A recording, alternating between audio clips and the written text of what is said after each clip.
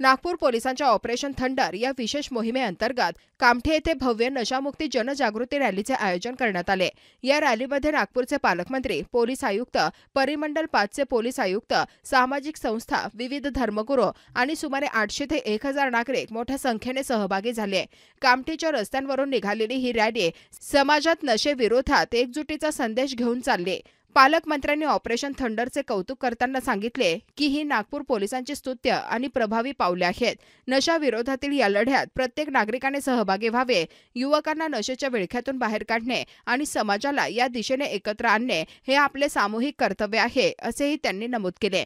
कामठीमधून निघालेली ही रॅली ही केवळ जनजागृती नाही, तर नशेविरोधातील एक जन आंदोलनाची सुरुवात आहे, असेही त्यांनी ठामपणे सांगितले।